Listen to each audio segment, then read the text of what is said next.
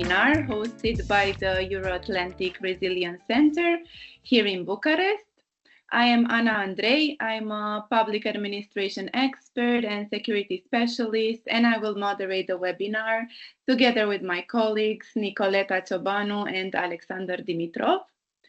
To give you a bit of a background of our affiliation, we are fellows in the Future Leaders Fellowship Program hosted by EARC, and the aim of the program is to enable professionals to challenge experts and to develop the necessary tools, skills, and knowledge around the wider scope of democratic resilience. We hope to have an interactive session today, and if you have any questions, please feel free to raise your hand or write in the chat. And thank you again, and I will leave the floor to my colleagues now. Hello, everyone. My name is Alexander Dimitrov. I am a member of Team Europe Junior. I have served as a speaker on EU topics for diverse audiences, such as secondary and university students, educators, and also the general public. I have participated in some youth seminars that are related to the EU and NATO, and I also took part in several simulations of the work of the EU institutions in different countries. And all of this experience actually motivated me to become one of the organizers of a similar international conference in Sofia, Bulgaria. And yes, now I give the floor to Nicoleta. Hello, I'm Nicoleta Ciobanu. I've been working in public affairs for more than 5 years now. I'm a political analyst and more recently a security intelligence analyst. And I am, of course, one of the fellows of this year's cohort. So I'm happy to be here together with my colleagues to moderate this webinar, as well as to introduce our guest, Radu Magdin. He's a global analyst, a consultant and trainer, and for almost 14 years, if I'm not mistaken, he's been the CEO of Smartlink Communications, a Romanian consultancy with a global outreach, doing risk management, public affairs, and strategic communications. He worked also as an honorary advisor to previous Romanian Prime Minister here in Romania, as well as in Moldova, to the Moldovan president as well. And besides that, Radu holds many professional hats as advisor for different public or private institutions here in Romania or connected to other countries. And as part of his job at Smartlink, he also is a globetrotter. So he's here today to speak both from his perspective as an analyst, as well as a person on the ground around the world about resilience and what's happening in the world at the moment. So I will give the floor to him to speak more about himself if he wants, or if not, to go straight into our topic. Thank you so much. You've been more than generous with that introduction. I typically say that I'm an analyst and a consultant. Whenever possible, my passion is to also train people, whether we're talking about CEOs or political or civil society players. I come into our conversation from the perspective of the risk manager. I have developed consultancy skills coming initially from the political arena. So I started with political communications and political strategy, political campaigning, and then I moved to the corporate world. A lot of the people do that. We call this revolving door. It has to do, I did the revolving door both in Brussels when I worked for the European Parliament, and then I moved out and worked with Euractiv and Google. And then I did this revolving door also in Romania. After being a honorary advisor, we developed a consultancy in terms of government relations and public affairs. Resilience is a beautiful world. And I think a lot of people talk about resilience.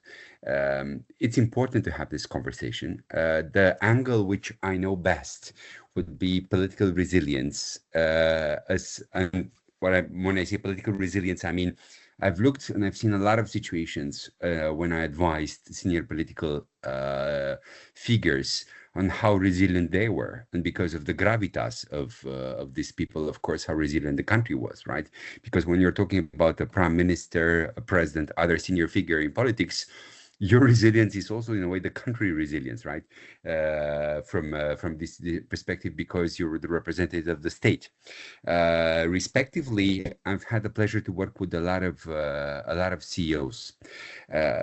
So I would dare venture, for a starter of our conversation before any other questions, into these two fields. And I would say that start first of all by saying that everybody's overwhelmed. We are living a decade where a lot of things are happening, and they're happening at the same time. So the typical, if I can call it like this, resistance or / endurance no longer works. Resilience as an educated version, as a trained version of the typical Eastern European, if I can put it like this, endurance or resistance, is much needed nowadays, because you can absorb some of the shocks, and yes, you can bounce back.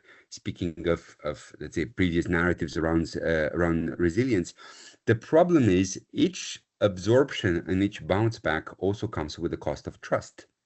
So if it happens once, right, like the proverb says, it's like shame on you, shame on you, crisis, right? If it happens twice, then it's shame on me. In governments nowadays, almost each week, it's a matter of crisis, whether we're talking about an internal crisis, an external crisis, and it's not always linked to the people's personality, right? Some personalities create crisis, and they feel like at home in an ambient which is very, very chaotic, but some of them are very still relaxed. In a way, they don't deserve a crisis, right? So this is mostly true for corporate CEOs, because a lot of the corporations, they prefer to operate in silence, discretion, and from time to time, of course, they do reputational exercises around the moments, particularly around the moments when they want to mount a charm offensive or when they have some numbers to public, but they tend to avoid crisis.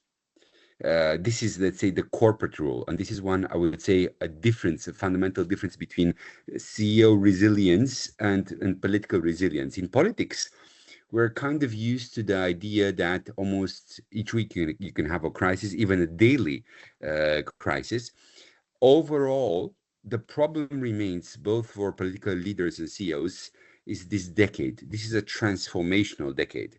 And I love this word transformational, because the result of the transformation is not necessarily, okay, we hope the transformation will be for the better, but you never know. I say this because, for example, only in the past few days, I've been reading a lot of the articles on the impact of artificial intelligence on the labor market. I'm preparing also an article on that. And too much is on our plate right now. Too much is on your plate as youth talent, looking, for a career. At the same time, we are using ChatGPT, we're using Claude, but we're also competing with these players on the economic front, on the white collar jobs front. So resilience is a natural discussion. I would say three words are key for resilience. My background in political communications tells me always to try to be memorable. So I try to use 3 A's: adapt, absorb, and separate from this, we need, of course, to advance. It's key for resilience to absorb any kind of hits from the crisis around us, to adapt continuously, and I would also dare say advance, because resilience is no longer, as mentioned, about bouncing back. There's too much to bounce back from, and again, trust in institutions and also corporations from this perspective are institutions is at a low level. Now, I wanted to put this on your radar in terms of expertise and some initial thoughts as a starter of our conversation. I'm much more interested in any kind of comments, criticism, questions on your side. And I suggest we do it entertaining, short, to the point, efficient, because I know that in the online world, anything after an hour, maximum an hour and a half, is difficult for the brain to take. So no worries. We're going to take all of the questions, all of the comments, but we're going to be efficient, right? So I'm all ears and all eyes and looking forward to our conversation. Thank you so much for this, Radu. So let's start by speaking about the word in general, what we are seeing. You told us that this is a transformational decade, and I'm sure you are speaking globally, not only here regionally. So is this crisis, this decade, different than others or not? And if in this period of unprecedented times, what are the things that we are overestimating and the things that we are underestimating, if from your point of view? We've seen a lot of comparisons of this decade. Some of the comparisons are being done with the 30s, whether from the geopolitical perspective or from the political perspective, namely the rise of populism, the appetite, for more, let's say, charismatic, strong hand leaders. Or we've seen, and I find this comparison more interesting, comparisons with the 70s. I particularly liked an article which I read a few years ago from Bloomberg Opinion. It was written by Niall Ferguson, and the article was America, China, and the Avalanche of History. I can share the article via Nicoleta, and it can be, I saved the article when it was published. And the comparison are very interesting with the 70s because it's like, in a way, a cyclicity of history. Every 40, 50 years, no matter what we do, we kind of end up in trouble, apparently. Hopefully without a military conflict this time. I mean, at the global scale, speaking this time of the comparison of the 30s as a preparation of the 40s. But clearly, periodically, there's something, either we have to reinvent our rules, the rules of the game, or there is some kind of a different economic or political reshuffle which has to happen. The problem with the current decade is the amount of crisis and our intimate perception of crisis, because we're very, very connected.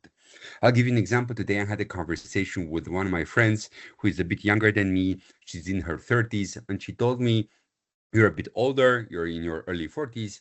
Do you think we've ever had such a dumb political class? She said. In the past 2-3 decades. And I said, look, I'm not sure they're dumber or not. I'm for sure they're very exposed, in the sense that you never really know how Churchill, Margaret Thatcher, and other people would have handled, who made history in terms of political communications, political strategy, would have handled the pressure of 24/7 media and social media blitzkrieg.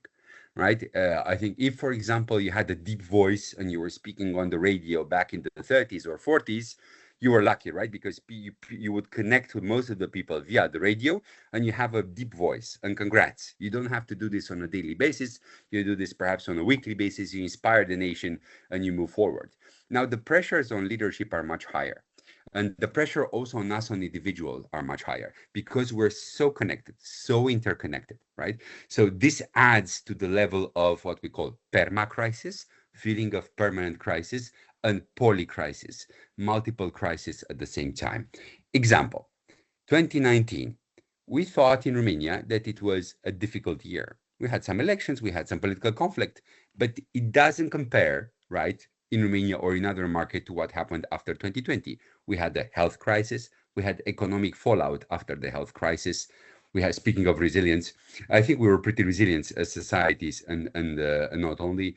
Then we had regional conflict, right? You had Russia versus Ukraine with regional and global energy impact, agri-food impact, and not only. Now you've seen what's happening in the past few weeks around the Hormuz Strait. So it's like it's a never-ending war on our nerves. Inflation is again growing, and I think these were like the title everywhere around the world after this IMF days. The problem is that almost all of our economic forecasts pre-Hormuz, right, pre-US Israeli intervention in Iran, are now being lowered by at least 0.5%, if not even more, in terms of economic growth, right? So this is a new wave of stress. If you were to compare this energy crisis with the 70s, you could say that, yes, people were troubled in the 70s. They kind of went by bike for a few weeks, even a few months in Western Europe. We didn't have, honestly, the luxury of having so many bikes in Eastern Europe, to make a capitalist joke on the previous communist environment. But joking aside, I think crisis was felt then, but you felt it via, and you got connected to it either via your own experience with the reality, right?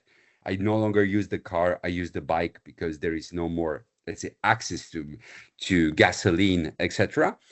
Or in terms of prices. Now, interestingly, there is an opportunity in crisis, speaking of resilience, and this is where I like to cite Niall Ferguson's article, essentially after 2-3 pages in which he says that, the 70s were horrible, and he kind of hints that the 2020s are going to also be very difficult, because we're also facing, by the way, an industrial transition, which is more obvious in the past 1 year and a half since we see these advancements in artificial intelligence. We're also seeing the accelerated start of the fourth industrial revolution, right? So this is also part of our decade. Now, it seems like there's a lot of crisis, and the question is, are we resilient enough to cope? But here is where the opportunity is, and the reframing and the rethink is, try to see also who's gaining, who's adapting.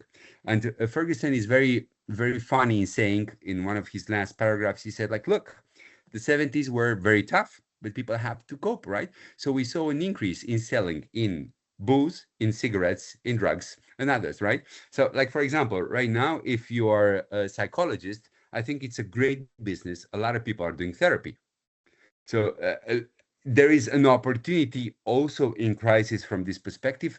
The problem remains for our leaders and for overall society. What's the new deal? What do you promise to the population? How do you manage hope? And I say this because you asked me at a global level and regional level. Now, we're lucky to be a democracy in Romania, a very vibrant democracy, right? A very Eastern European, Italian kind of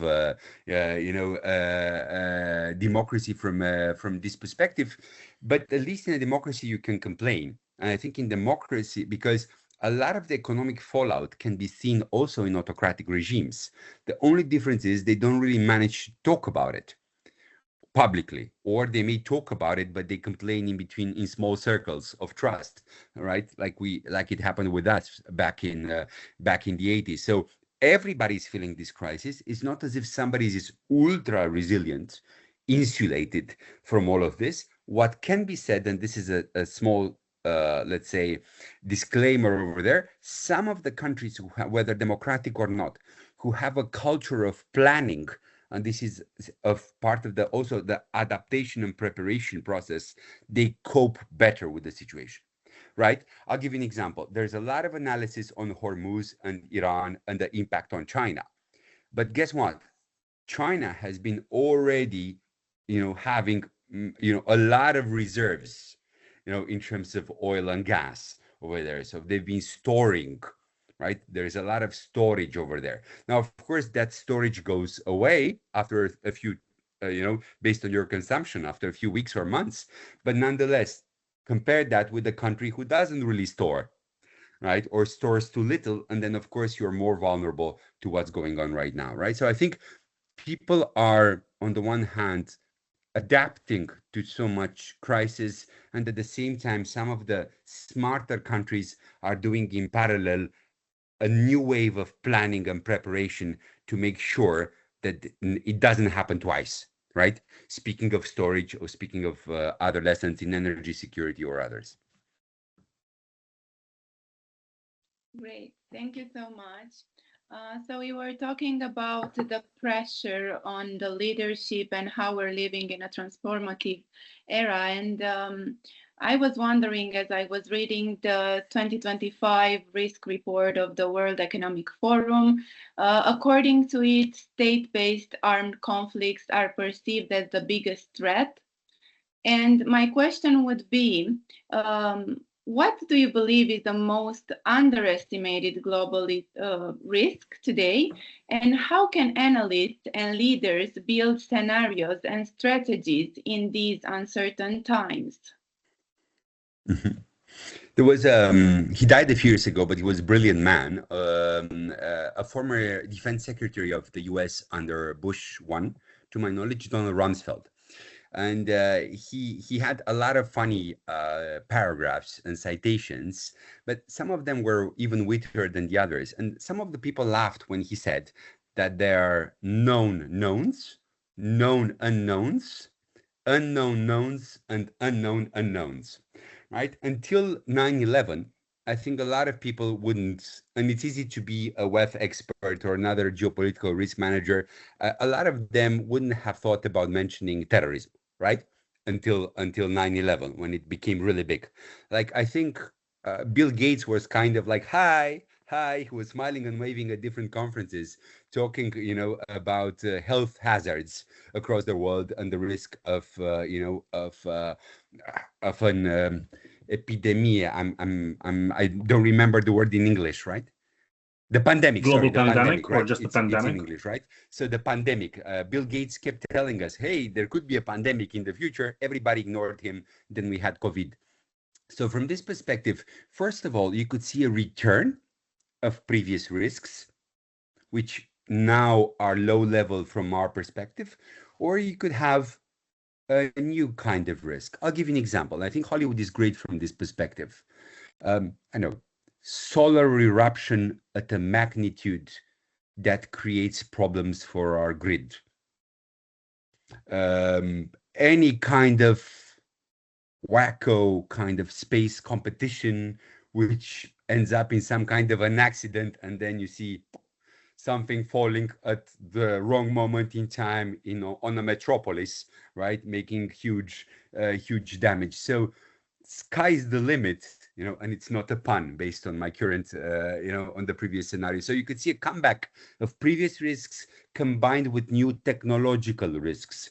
From this perspective, I think for the advent of AI, one of my favorite series, Mission Impossible, I think has already put on our radar, right, the risks of super intelligence if it's not properly managed, right? So sky's the limit, and so depending on the technologies we have and so on, we're there. For example, in the past week, we have a new debate, and I love the framing. Being somebody who comes from strategic communications, I always like it when somebody in the tech world, they do what they say, right? Well, move fast and break things, right?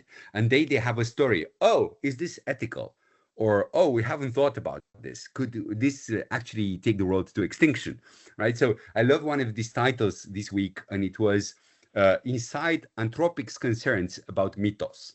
Because in the past week, we had a lot of conversation about this new product, Mythos, and about cybersecurity and so on. So sky's the limit in terms of risks, but I would say high probability for us to get burned on something, and create a new crisis on something technological around AI, around cyber risks in the next 1.5 years, 2. As you can see, we see a spike on attacks on energy-related facilities around the world. Really interesting comment. I want to also get back on something that you mentioned, Radu, a few minutes ago about the 3 words that are key for the resilience factor. They are adapt, absorb, and advance. So I wanted to ask you, how would you define democratic resilience that we live in 2026? And can you elaborate a little bit more on these 3 A's? So are people resilient enough, or if not, how can they become? First of all, I love democracy, and I love democracy even more because I was a kid of the 80s, and I still remember when I was 6, and I went to school a bit earlier because I'm born in the summertime, and when you were born in the summertime, you're either one of the oldies of your class or one of the younger in the class. And I remember when I was 6 and I went to school 6 and 2 months, and my mom told me, be very careful. It was 1988. And my mom told me, be very careful what you're talking to other kids in school, because you never know what they may talk to their parents, and their parents may talk to the Securitate. My parents, the former intelligence services back then, right? I know a lot of people after the revolution said that all of them were listening to Radio Free Europe and their families were dissident. My family was not. My family was a normal family, right? So it's not as if you could say, oh, he's coming from a family of dissidents. Not the case, normal family. But nonetheless, the fact that the parent had to say to a kid, be careful what you're talking in school, right? Because we may get arrested. who knows, says something about the atmosphere of the times.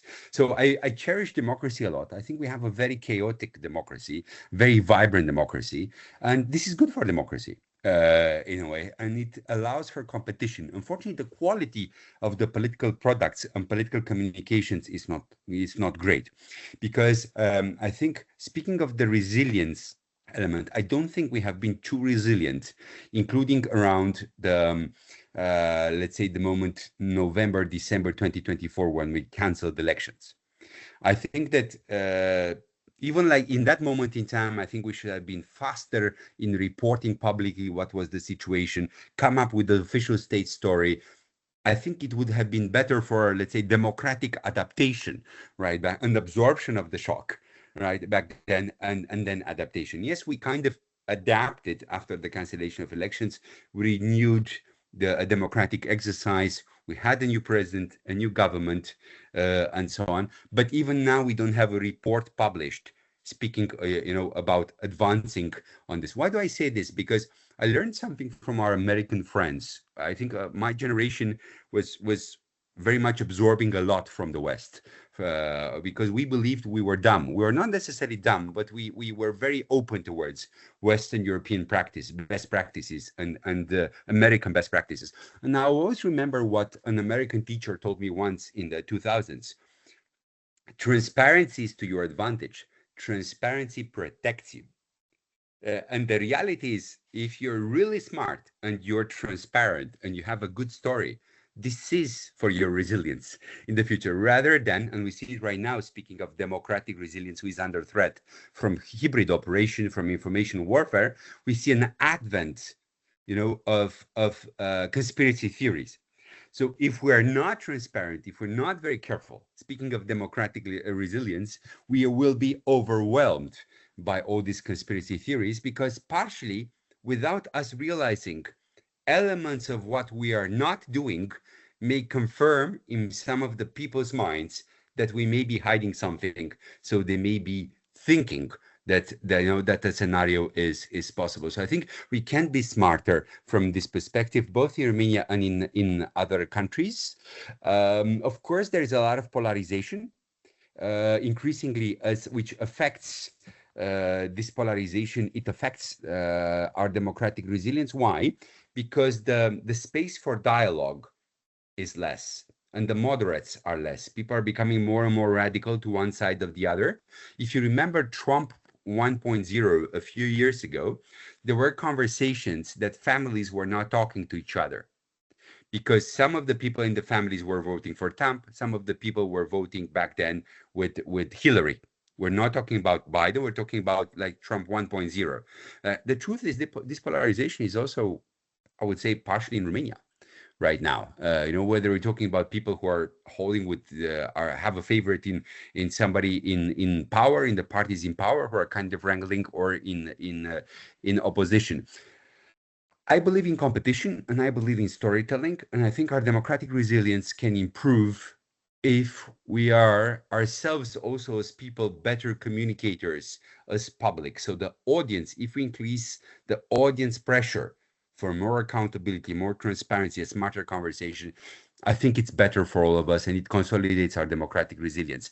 Otherwise, essentially, it's like a pendulum in which you burn somebody, then you move the pendulum to the other side, you burn that side as well, and then again you move the pendulum to the other side, and so, which is not okay, right, for the health of our. It's like a toxic relationship from this perspective. So I'm hungry for a little bit of moderation, while at the same time I understand that the temptation this decade is to radicalize in one way or the other. So we need to be more accountable and also more transparent. I mean, to basically it's true, because again, transparency and accountability protects us. The more we say what we're doing, the more we're respecting the public by providing data, by making a good story, the more you get a decent excuse, to put it in very Machiavellic terms. We also actually have one hand raised by Mircea. You can go ahead. The question. Hello, everyone. I don't want to ruin fun with my question, but I will do it anyway. So Radu, how do you think Romania fits in this bigger picture, which is more foggy and confusing?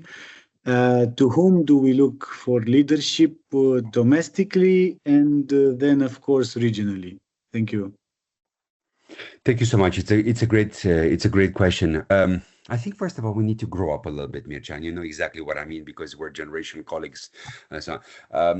I think we should simply accept the fact that we are ready to cross the 4 biblical decade out of the desert, right? And what worked so far, and a democracy 1.0 for Romania, may no longer work in the future. I think we have seen this in our past in the 19th century, in which we've started to see a smarter conversation that we see right now in between so-called pro-Europeans and sovereignists, in the sense that in the around 1880, 1890 in Romania, we had a conversation in between the still staunch pro-Europeans back then. We didn't really talk that much about America back then, and a traditionalist team, which were talking about forme fără fond, a series of let's say we copy pasted a lot of the Western institutions, but perhaps we did not internalize and not necessarily customize them, because I can't really say that we Balkanized, Romanianized, right, multinationals in Romania, or that we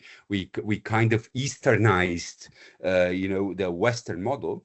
But in a way, we have to kind of develop our own model based on the current constitution, based on the current, let's say, critical environment. So I wouldn't say we can copy paste or really get inspired. Historically, the light of the world came from Washington, or should I say New York, right, with the statute.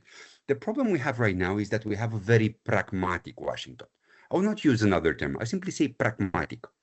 Pragmatic is good for some regimes, but it's non-inspiring for a lot of the people.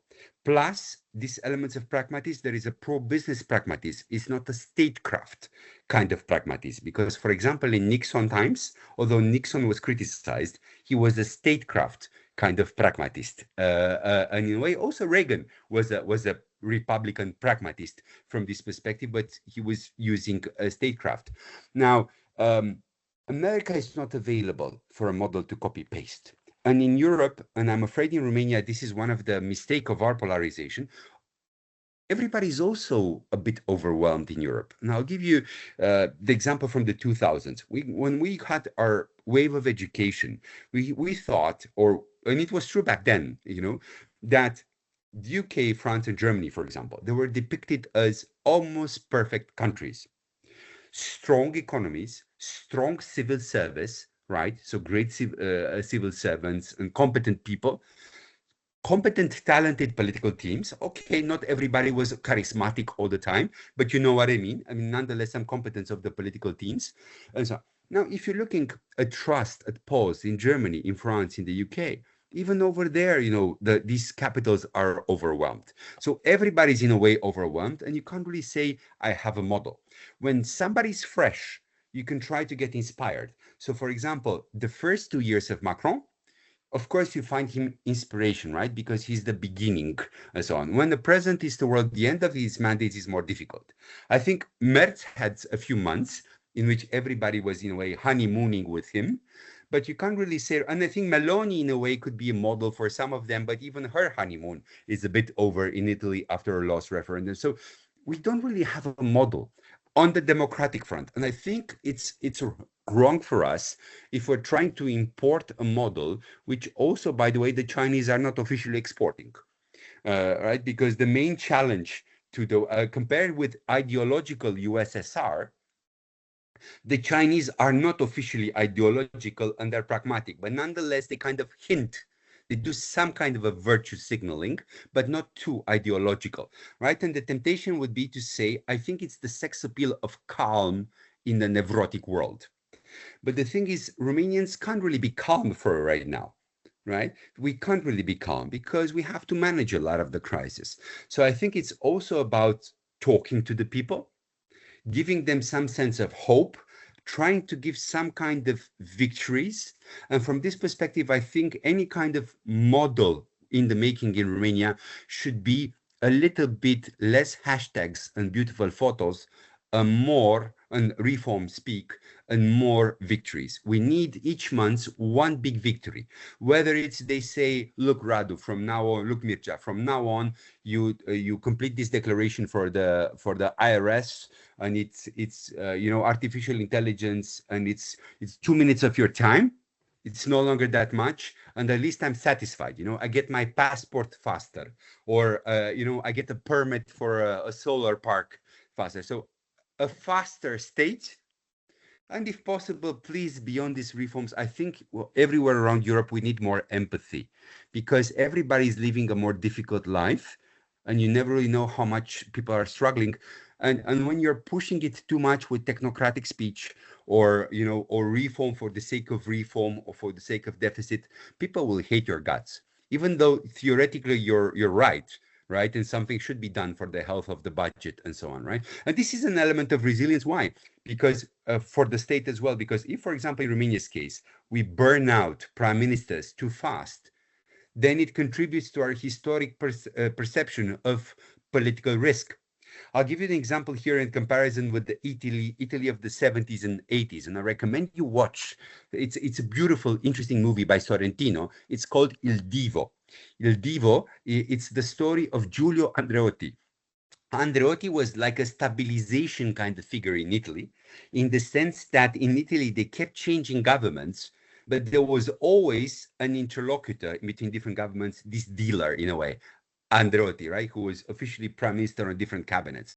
I think a lot of the countries will try either to find new process or try to find a savior for the moment until we find a next kind of savior or stabilizer, and this is where we are for the moment.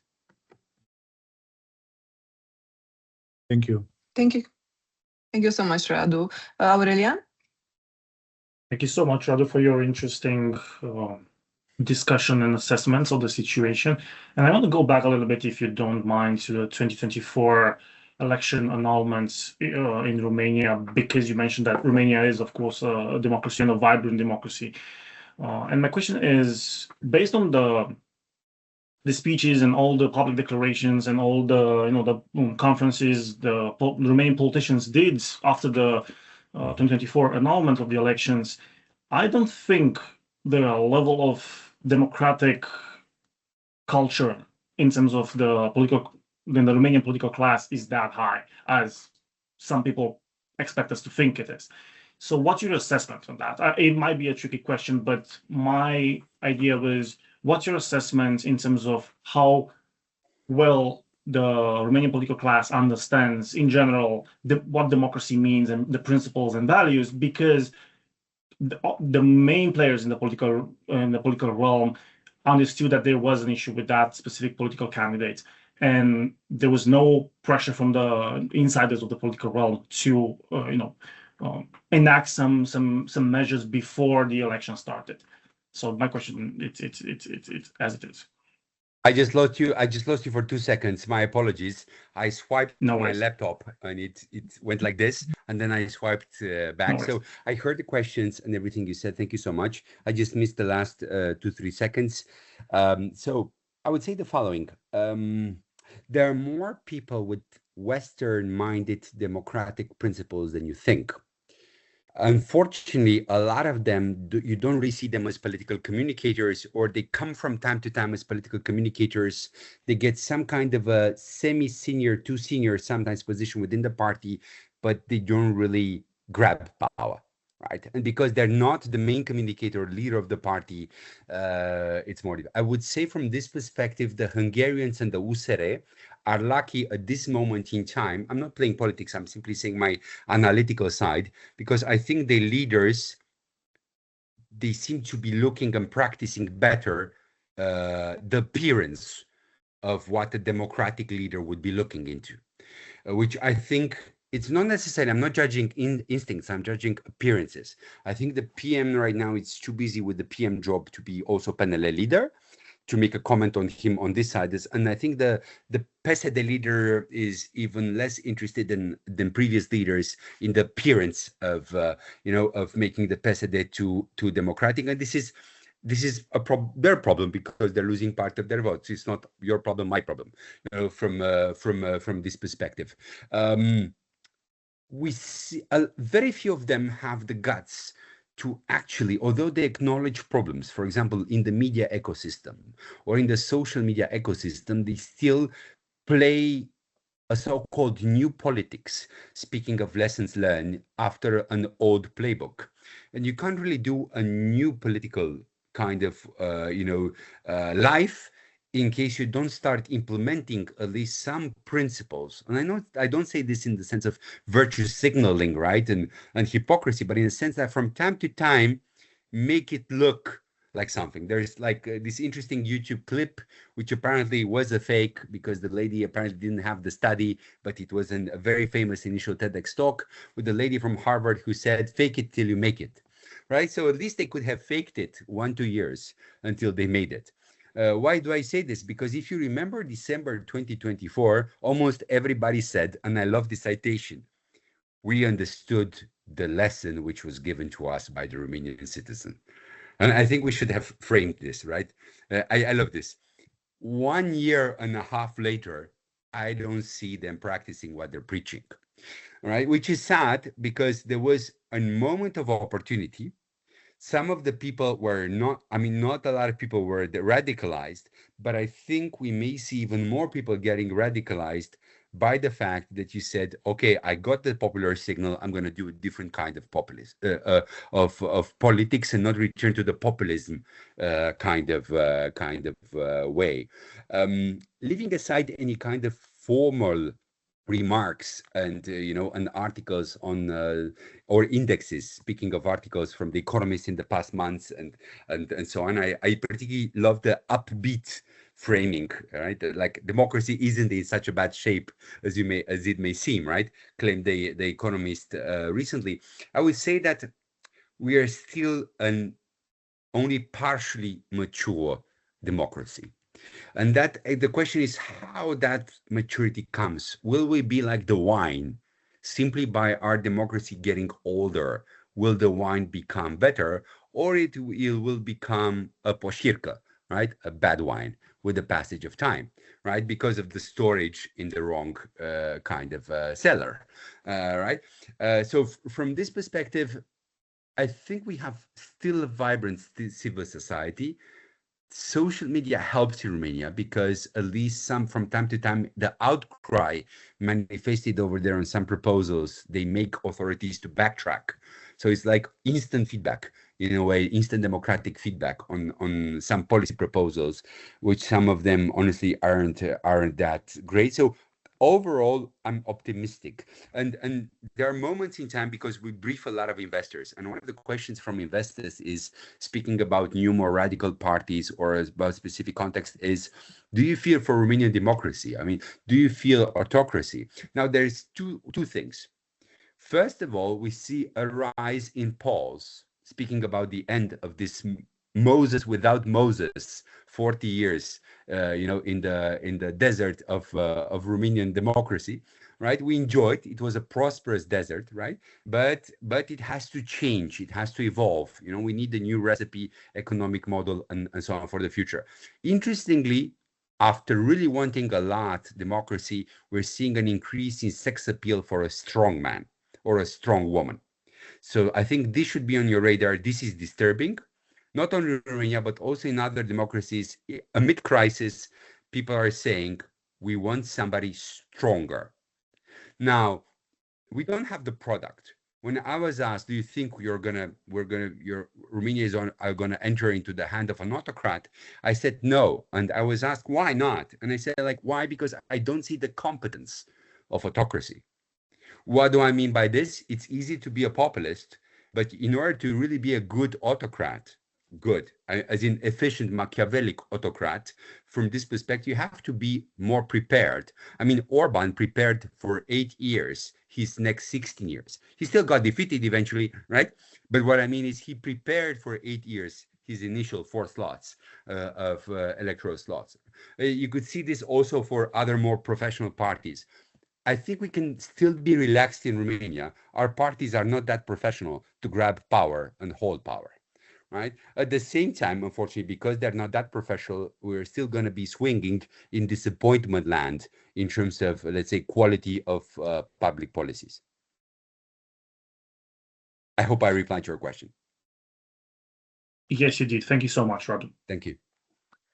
So after talking about democratic principles and also social media you mentioned, Radu, I want to direct our discussion towards another contemporary issue in democracies, which is disinformation.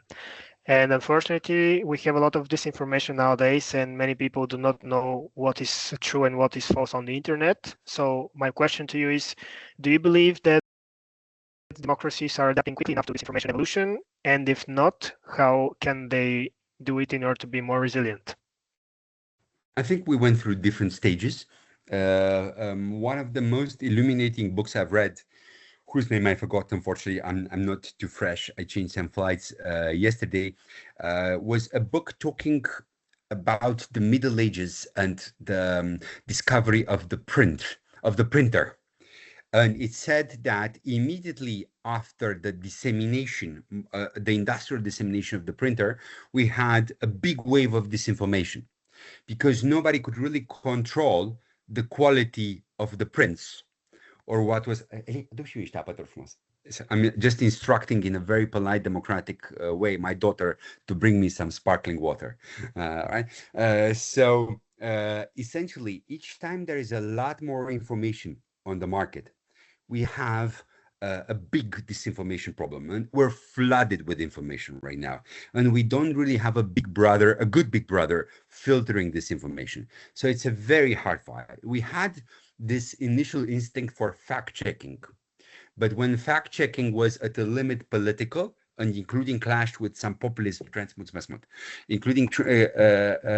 with some populist tents, then it was demonized. If you remember, Biden had some ideas for such a department, but then it was blocked, and then Trump came, and then there was also a war on fact checkers and so on.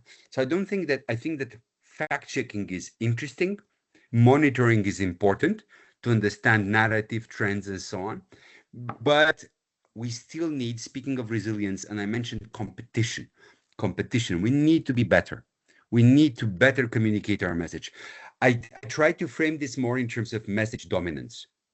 I can really be defeated in a disinformation war or in information warfare if I don't have a strong message, if I don't have strong communicators. So from this perspective, I would dare say the following. It's really, really important for us to shape up. It's very easy to say, the others are populist. It's very easy to say, it's Russian disinformation. Yes, there is that Russian disinformation. Yes, across our democratic environments, we have a lot of parties who are populists, whether in government or in opposition. But that's life, and this is the current situation. What do we do about it, right? We try to improve. We try to be better. We try to create an ecosystem of trust, and we try to create allies in not necessarily filtering truth, but promoting a sense of normalcy, decency, and that atmosphere which holds respect for truth and not for everything is relative. Great, thank you so much. Earlier you said, maybe Bianca can ask her question, and I'll go back to mine after. Yes, thank you so much, Nicoleta. Hello, I'm Bianca. I'm also a Future Leaders Fellow. And my question is regarding disinformation, as I'm also an advocate for human rights.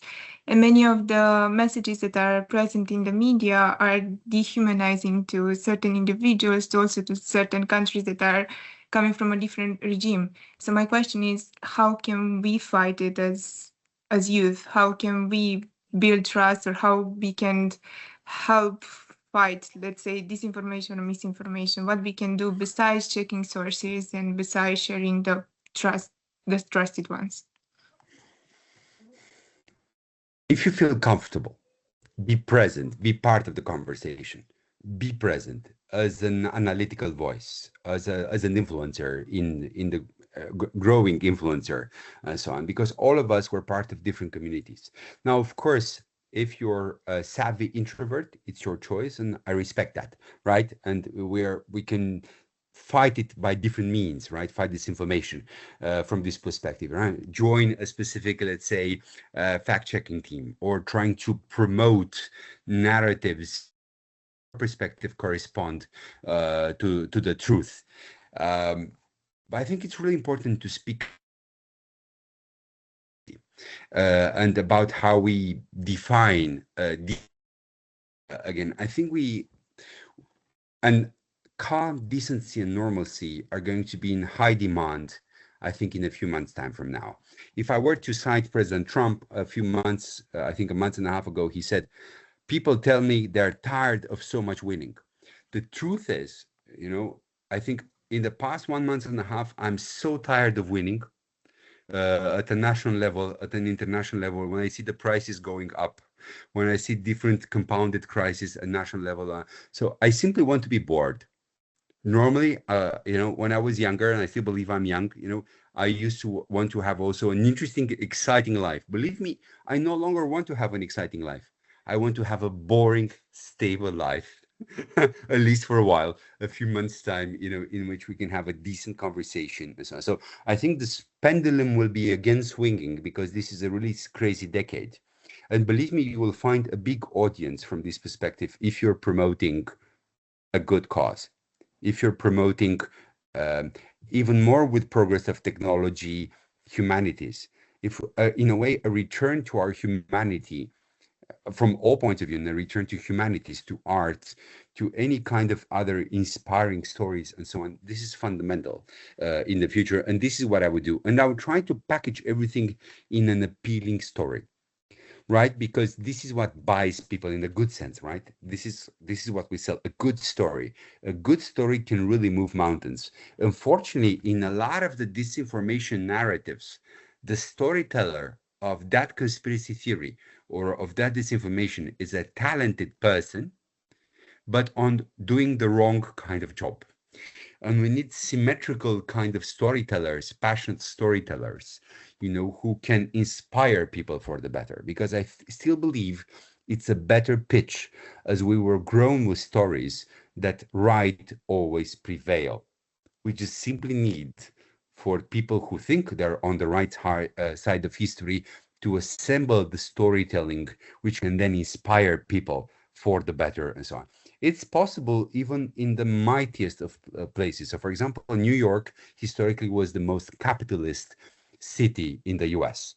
But as you can see, economic conditions combined with the charisma of the initial offer helped a democratic socialist being a word which is hardly something very palatable for people in the US, for a democratic socialist inspiring hope to win New York, irrespective of all of the money and disinformation which was on the other side, right? So the product and the message, the story is really, really important. And depending on your topic of concern, I will try to look and try to see who communicates or who should communicate. Where can I come in? What's the good story?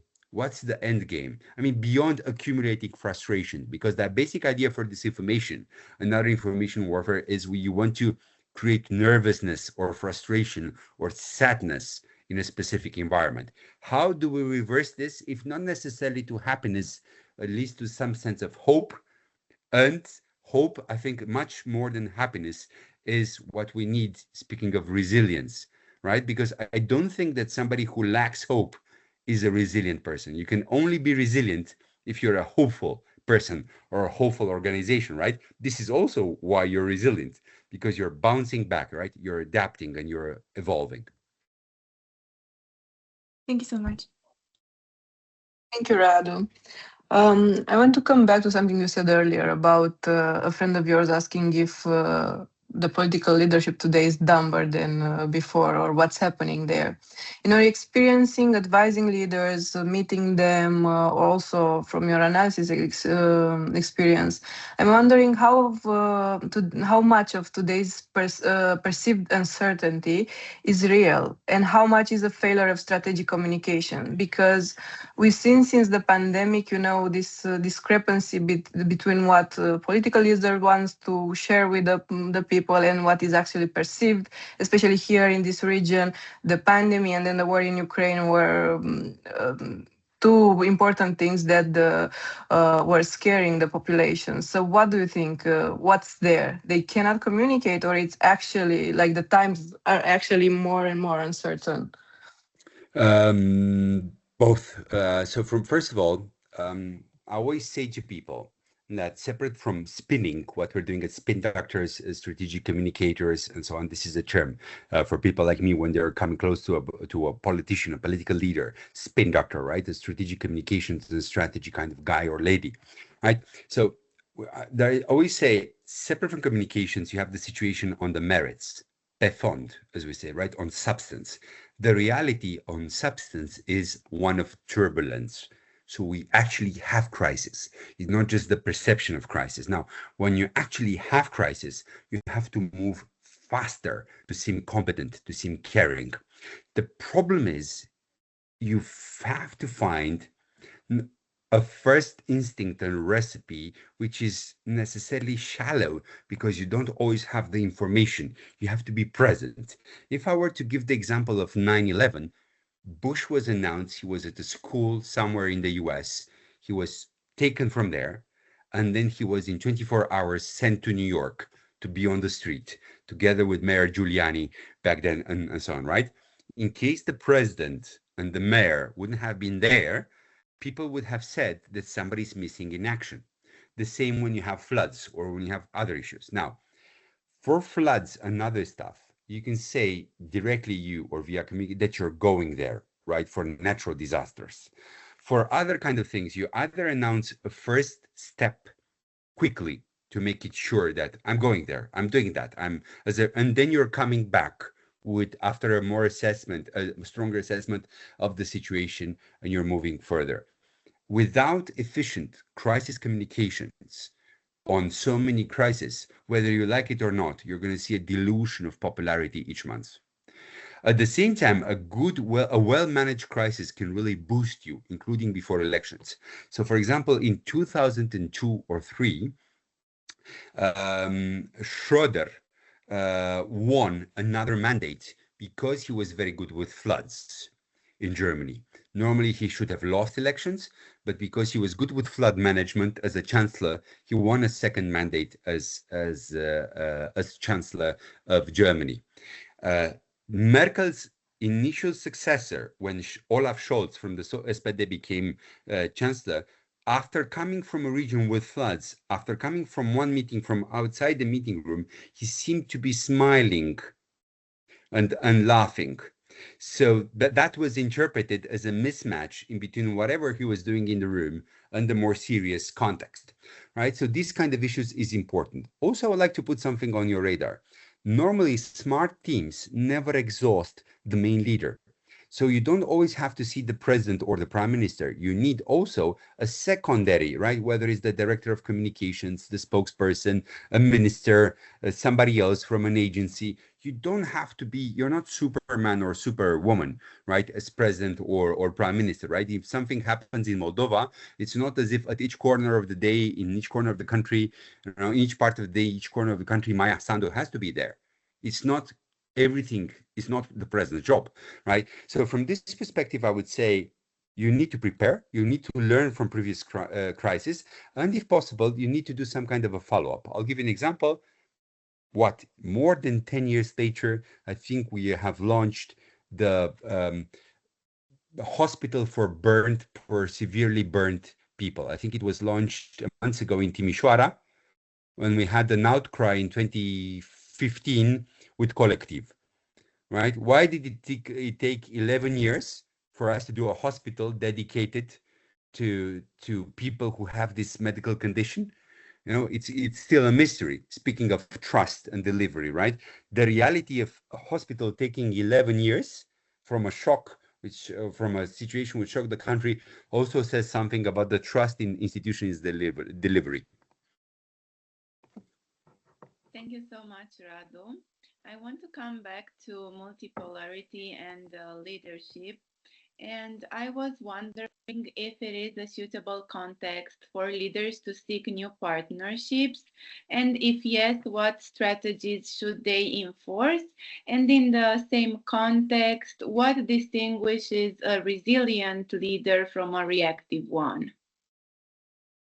First of all, a resilient leader is in continuous reinvention, because you have to change with the times, and you have to change from crisis to crisis. You can't really have the same face for everything, right? You remember these Instagram memes sometimes with some of the leaders, and it's like, this is him sad, this is him happy, and it's the same face, right? So I think a good leader adjusts to this, and this is also what resilience is. It's about embracing, absorbing, and adapting to the situation. Now, in terms of strategy, I think the main vulnerability in Romania and other vibrant democracies is that, and even now, unfortunately, also in the countries which we used to take as a model, the US and in Western Europe, you don't really see a clear direction, or let's just say this is the way forward, clearly communicated and clearly depicted. And then in this way forward to say, and these are the 2-3 things I'm going to do. The 2-3 really big priorities. I'll give you an example. This is an element of propaganda, but remember that propaganda, I'm just coming from Rome, and I took a picture on Via della Propaganda, right? And propaganda came from the Catholic Church, right? It was about spreading the faith. That was the idea, right? A strategic communication exercise of spreading it. And one of the elements key in propaganda is repetition. But repetition is also smart strategic communications. I'll give you an example of economic patriotism in Romania. Some of the parties in Romania talk about economic patriotism, and it's January. And then you don't hear anything. And then suddenly in July, they remember economic patriotism. And then months pass. And then in December, suddenly it's again a fairy tale for economic patriotism. They should be literally, like we say, like a Chinese drop. January, economic patriotism. And this is what we're doing for this. February, economic patriotism. And this is another phase of economic patriotism. So this is the story. And then people take you seriously, right? Because you seem to have one priority, and then you seem to be following that specific priority, right? We had a president in Romania called Băsescu, and he was pretty good for several years to use an expression and a cause for him, an electoral cause, as a big hammer to do different things. He used to call that reforma statului, the reform of the state. Almost everything he was doing in his first mandate was the reform of the states. Am I, putting Năstase to jail, a former prime minister? It's the reform of the state. It's anti-corruption.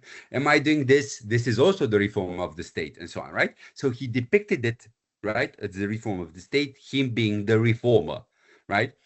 From this perspective, focus on smaller stuff does not bring advantage to the leader. So, for example, Bolojan cuts different things, but you don't see from his side, from his fans, you see him depicted as reformer. But he doesn't really have an overarching reform story, right? And I think this is one of his vulnerabilities, separate from cutting the deficit. The PSD, who is the party in Romania who used to do economic patriotism, again, they forgive from time to time about patriotism, and the risk for them is that AUR will come, the party of opposition, and will grab this economic patriotism mantra, particularly since the PSD is in government. We see this not only on the Romanian market. I use this example because a lot of you are Romanians, but you see this framing, reframing, different culture wars. We didn't really talk about this, but this is really important, speaking of information. So topics which divide society. So, for example, Meloni in Italy waited several years fighting culture wars. But as you can see in a recent article in Politico, you may see a swing, particularly since her opponents see a moment of weakness after a lost referendum, and you see a sex appeal of a new party, which is more techno, not necessarily technocrat, but a bit more funky, right? More modern as an alternative to her version of conservatism, right? So there is periodic competition, and I think the best strategy is have some priorities while adapting continuously to the realities around you. Thank you, Radu. We talked about resilient and reactive leaders. I want to actually shift the discussion towards young people who want to become resilient and impactful leaders, but actually do not know where to start and how to do it. So in your opinion, what are the top 3 habits you would recommend to young emerging leaders who want to build resilience, and which current leaders in the world do you consider good examples that young people can look up to? So first of all, I consider you the leaders, for example, and I would suggest you would be what you are, both ambitious and patient. I say this why? Because not every year, not every month, not every day is victorious. Sometimes you make 500 applications and nobody replies to you. Sometimes you make one application and it's a victorious application, right? Or somebody recommends you or something happens. So particularly in your 20s, this level of youth leadership, I think it's about experimentation, adaptation, and at the same time, let us remember something essential. And I think this is something good that we learned from the Americans. There is no shame in any job, white collar or blue collar. We need to pay the bills while we follow our dreams. There are a lot of articles on this also in the West about job adaptability and so on. So I would say follow your dream or dreams, continue to be ambitious, but also be patient, because it's a rocky decade. It doesn't mean that we have to all get depressed. We don't have the luxury of depression in our 20s. Wait for your 50s, 60s, and so on for that, right? We have plenty of time for depression, right? From this perspective, I'm not saying that we can't be overwhelmed. I'm simply saying that if we are talking about resilience, we should be practicing what we're preaching. And if we want to be resilience professionals, resilience starts with us. Separate from that, I would dare say, particularly in the time of hyperconnectivity, remember the human aspect, right? Because this would be, I'm sure you see this avalanche of information about what would be the jobs of the future and what's the leadership of the future, right? And different leaders, tech leaders tell us who will survive in the new economy. But I would dare say somebody who is competent in their field, competent, and a nice person, to put another, will have a future in the new economy as well. Because we also work with people that we like. You can have a competent people in your team, but at a certain moment in time, if they're dislikable, you will, no matter how competent that person is, you will separate path. So being nice, being a professional, continuously adjusting, I think it's an issue of leadership. And I would put here one more thing, which I think is essential for business, political, civil society leadership: optimism, enthusiasm. If you're not energetic, and from your optimism and enthusiasm comes your energy, right? If we're not ourselves optimistic or enthusiastic, why should people follow us? Now, of course, there are some charismatic leaders from the 30s and even nowadays who use hate and fear, right, combined with their own charisma, right, to obtain objectives. But remember that hope is still the most, untapped,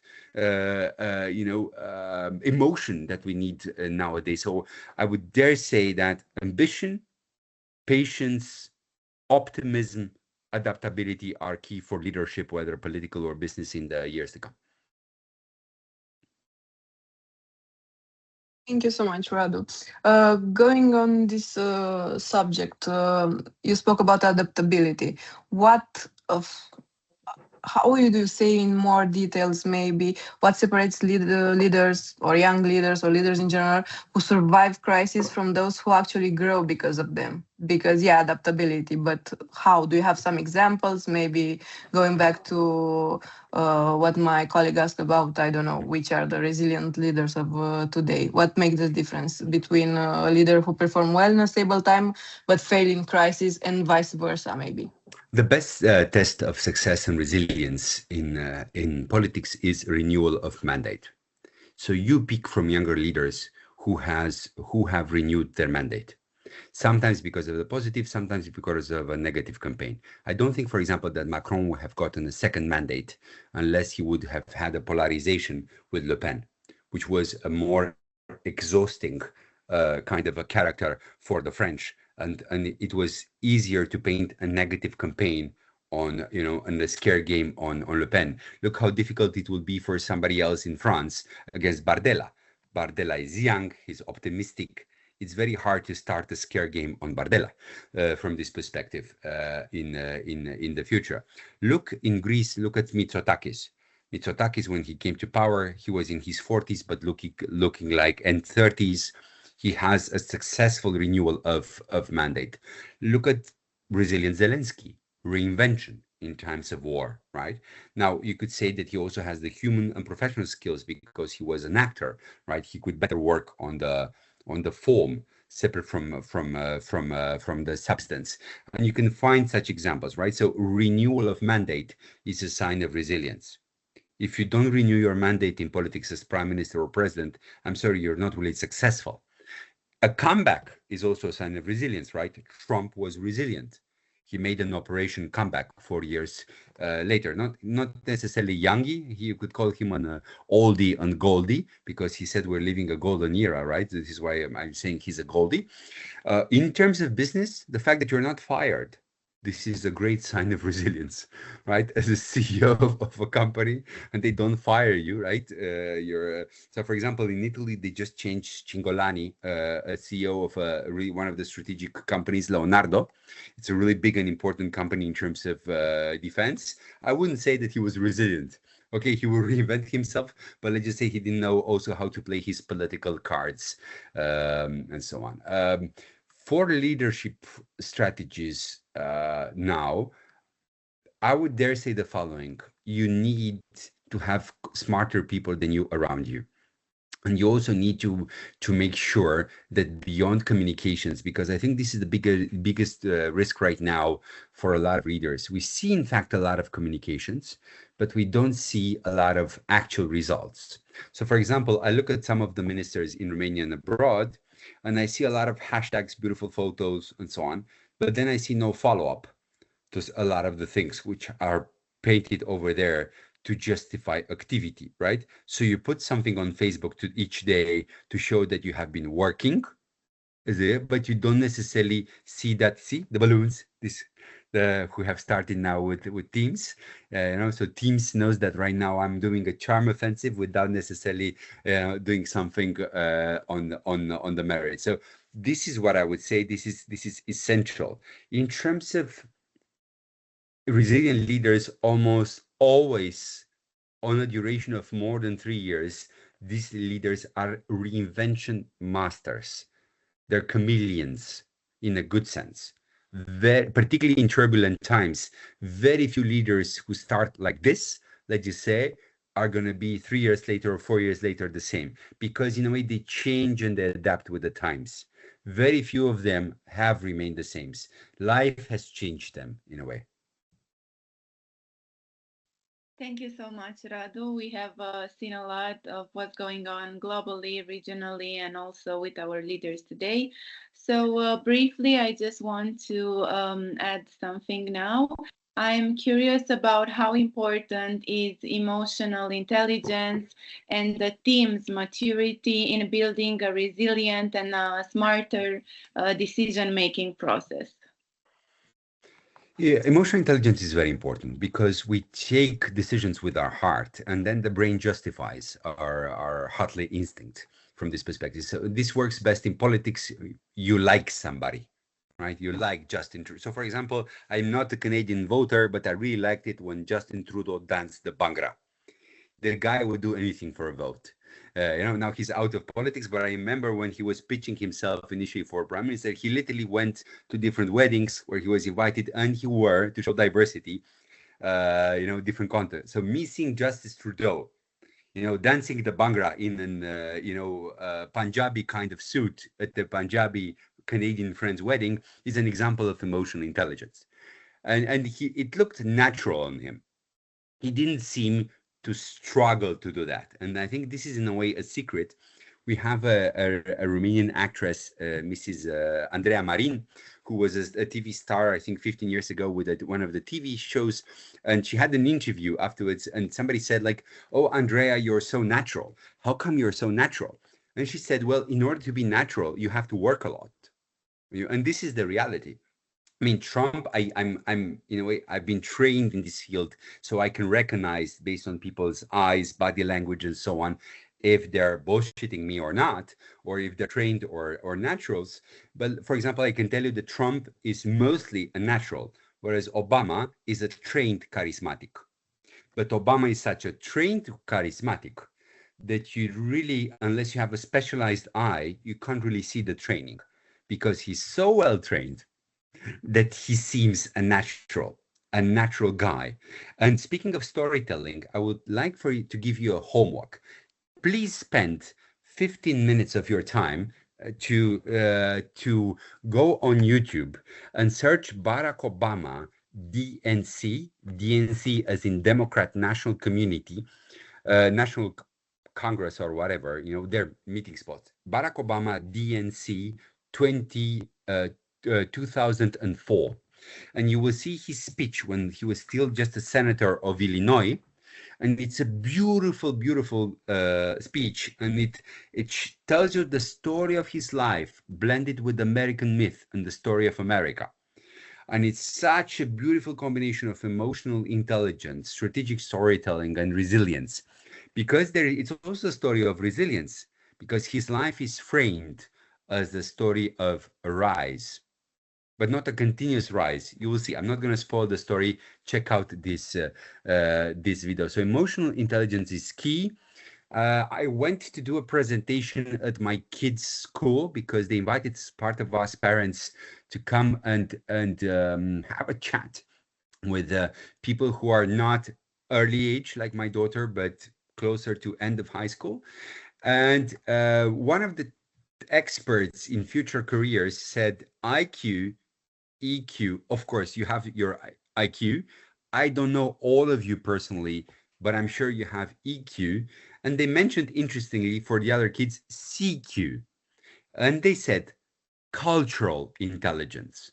I would dare say for leadership and resilience nowadays, cultural intelligence is essential, because our market is no longer just the core market. And this is a big advantage for you. We can be global professionals. We can pitch people around the world. And I don't say this like in 20 years ago, I used to receive those emails in spam from a Nigerian prince who would want to get a loan for 20K from my money and so on. You know, although that's cultural intelligence as well, right?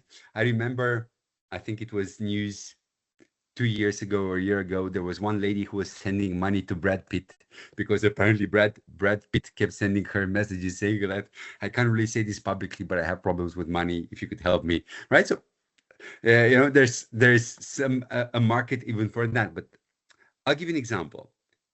At our work at Smartlink, in case we wouldn't have been so diversified, and I would put diversification as a sign of your resilience, we would absorb with much more difficulty shocks, because it's a tough reality out there. And please, speaking of element of resilience, in the next few months, particularly, you will see a lot of nervous people, and you may be faced with a lot of disappointments, because this is how people react to too many crises happening.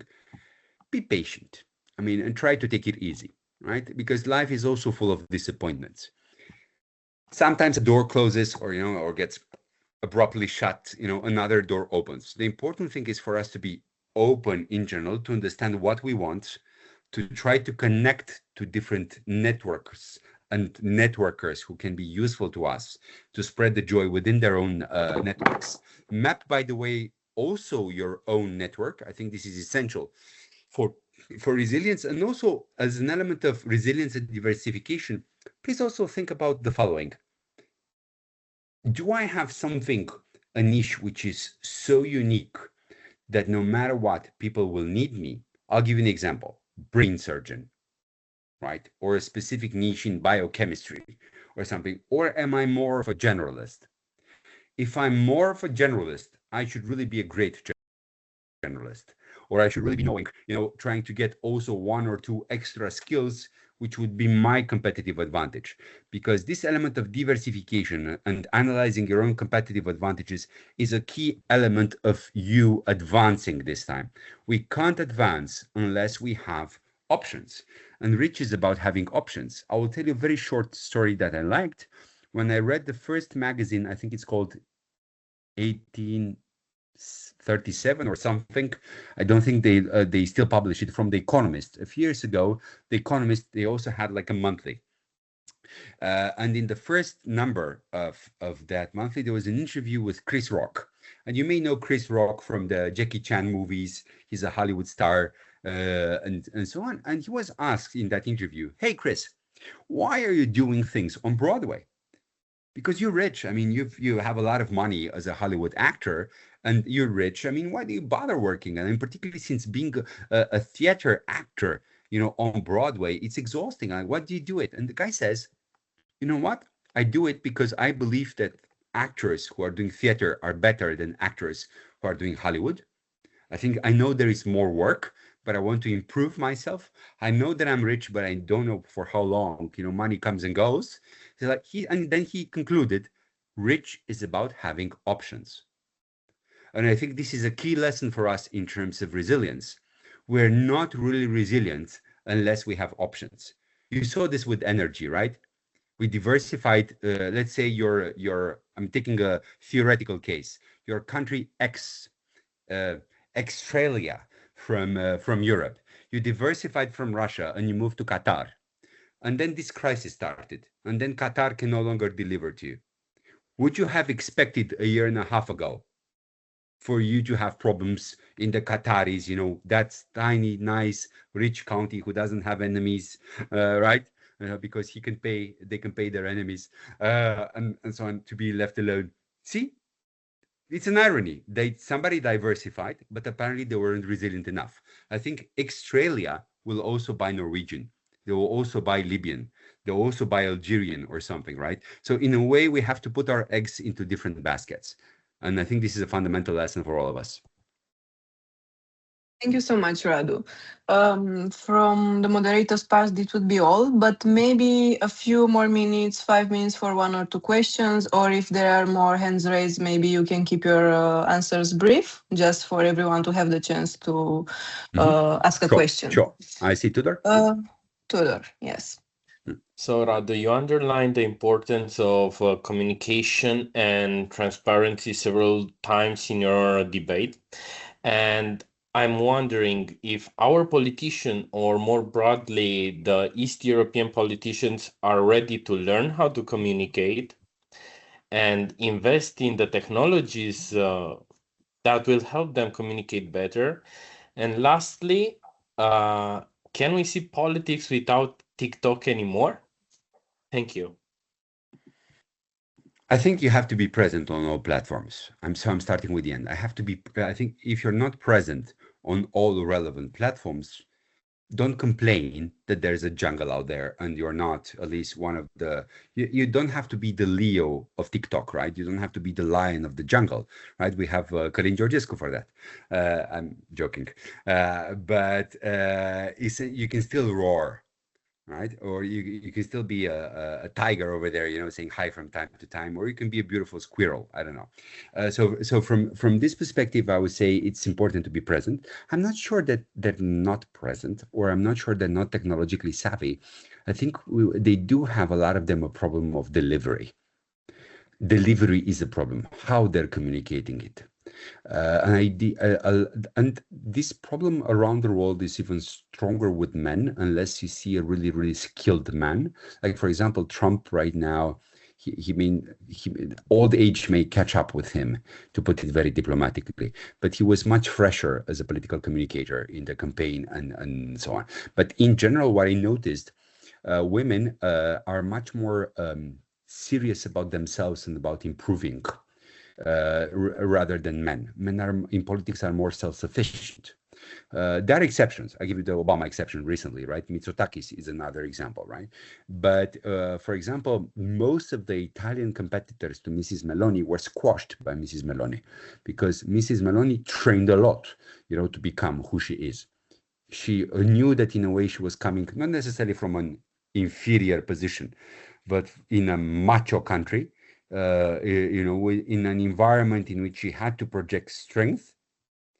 So she had, in a way, to compensate, like Merkel had initially to compensate, or Thatcher had initially to compensate, because they were first-timers in key positions, right? So they had to be not necessarily more manly, but they had to project authority via body language, via voice, via a specific style. So a lot of our political players, they don't really adjust to this, and this is why, in fact, we see results. I don't think the problem is they're not on Instagram. I think the quality of what they're saying on Instagram isn't necessarily great. Thank you. Any further questions or comments? If not, you're free to go. To be resilient. We're fine? So we have also one more. You can go ahead, Paul. Please. Yes, thank you, Alexander. My name is Paul Mondraș. I'm an expert at the Euro-Atlantic Resilience Center. I'm very happy to coordinate this fellowship, and please allow me to congratulate our fellows for organizing this webinar, and thank you so much, Radu, for joining us. You mentioned, well, I do have a question, actually, a remark and a question. You did mention polarization as one of the great issues our societies in Romania and in the region and globally are facing. And I did take some notes. I'm quite an old-fashioned guy.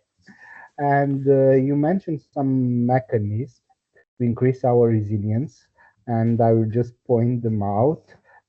It's about good governance. You mentioned foster our state, our way of governing. You also mentioned transparency. You mentioned empathy, and you mentioned smart conversations from our political side. My question is there anything else? You focused on the political. The government is as it is in Romania and in US and wherever. Is there anything more to increase our resilience?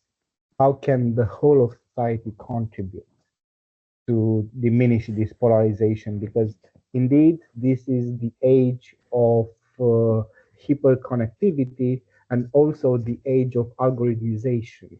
We don't actually have control what happens on social media, TikTok, whatsoever the platform is. What can we do? Thank you so much. Bring people together. Thank you so much. I would say only one recipe: bring more and more people together and bring more and more communities together. Meet up. And one of the things which I do too little, unfortunately, because I'm too focused now on business development for the consultancy and so on, is going less at the local level. I spent at a certain moment in time more at the local level, and I think we're a bit too hysterical in Bucharest. And I think once you go out of Bucharest, you find a lot of interesting people who are also very interested in different conversation. And one of the reasons why you see a sex appeal for polarization or populism is that a lot of conversation which should happen at local level or national level, they don't happen. And people, they don't have the opportunity to express themselves, to exchange ideas, so, particularly the youth. So from this perspective, I think we should do more debates, including in academic centers, in Cluj, in Timișoara, in Iași, and talk about life. And if you can do this even in, let's say, less strong academic sector, that would be ideal. Because again, you see this also in elections in different democratic settings, the urban-rural divide, or the big urban versus small urban divide. Right, because there's a different perception on needs and opportunities and risks in Bucharest, let's say, or Cluj, or Timișoara, or Iași, and there is totally different thing in Mangalia, Plovdiv, Trieste, and others. So I would say these national conversations and these local conversations have to happen. If you can, as community leaders, even in smaller numbers, try to assemble, try to find some top. People need to steam off. If people don't talk, don't steam off, online, offline. But again, offline, we're humans. If we can from time to time meet, let's also meet, right? So from this perspective, I would say we need to talk. The more we talk, the less vulnerable we are to polarization and to populism. Perfect. Thank you very much. With these comments, I believe we can conclude our webinar. As a wrap-up, we covered a lot of topics and learned a lot of new things. In this transformational decade that Radu mentioned and defined, resilient leaders are not defined by certainty, but by their ability to adapt and guide others through ambiguity. So the real question is, going forward is how each of us will start building resilience in our daily lives. And yes, we can conclude our webinar. Thank you very much for attending, everyone, and I hope you enjoyed it and have a wonderful evening.